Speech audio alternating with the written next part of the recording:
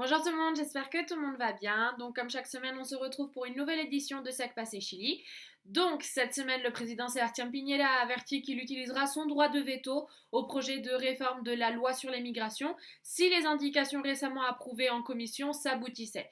Lors de sa visite dans la région d'Arica et Parinacota, le président a exprimé son rejet à deux indications de ce projet. Le premier permettrait aux étrangers de demander à un poste de passage frontalier un visa de travail pour chercher du travail.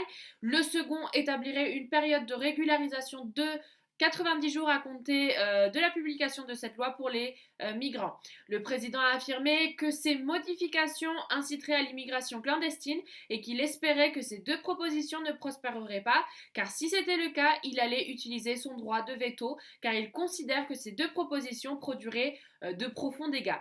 La nouvelle norme juridique promue par le gouvernement vise à remplacer l'ancienne législation qui a été dictée en 1975 en pleine dictature et qui est également l'une des plus anciennes d'Amérique latine. Après que l'exécutif ait entre guillemets fermé la porte pour que les personnes infectées par le Covid-19 puissent aller voter pour le plébiscite du 25 octobre prochain, le procureur national Jorge Abot a déclaré qu'il poursuivrait pénalement toutes les personnes qui violeraient l'article 318 du Code pénal.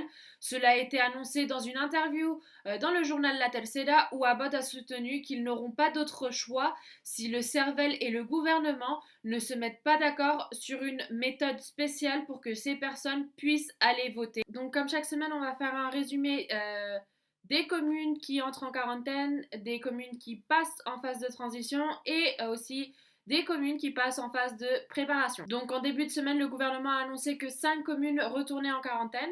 Dans le cas de la région del Biobío, il s'agit des communes de Hualpén, Concepción, Chihuayante et Talcahuano. Dans cette région, les cordons sanitaires entre San Pedro et Coronel et entre Talcahuano et Concepción ont été levés. Dans la région del Maule, la commune de Linares est également remise en quarantaine. Il a été annoncé en début de semaine que 9 communes dans la région métropolitaine passaient à la phase de transition. Les communes sont les suivantes: El Monte, Cerrillos, Calera de Tango, La Florida, Pedro Aguirre Cerda, Talagante, Macul, Huechuraba et Maipú.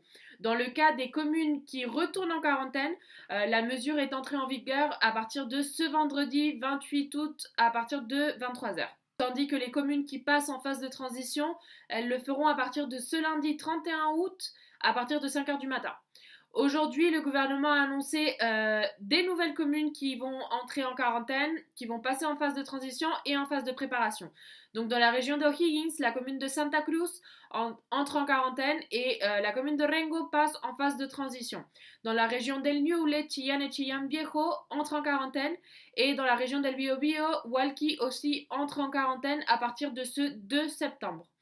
Les communes qui passent en phase de préparation sont les suivantes: Las Condes, San José de Maipo, San Felipe, Los Andes, Ñuñoa et Vitacura. Donc aujourd'hui, le ministre de la Santé a présenté un nouveau bilan de l'évolution du coronavirus au Chili. Il a été rapporté qu'aujourd'hui, il y a 1966 nouveaux cas, dont 1277 présentent des symptômes. Au total, il y a 409 974 cas confirmés depuis le début de la pandémie. 63 nouveaux décès ont été signalés, ce qui nous fait un total de 11 244 décès dans le pays. Voilà, c'était tout pour cette semaine. Merci à toutes les personnes qui regardent Sec Passé Chili. N'hésitez pas à liker, commenter et à partager. Et on se retrouve la semaine prochaine.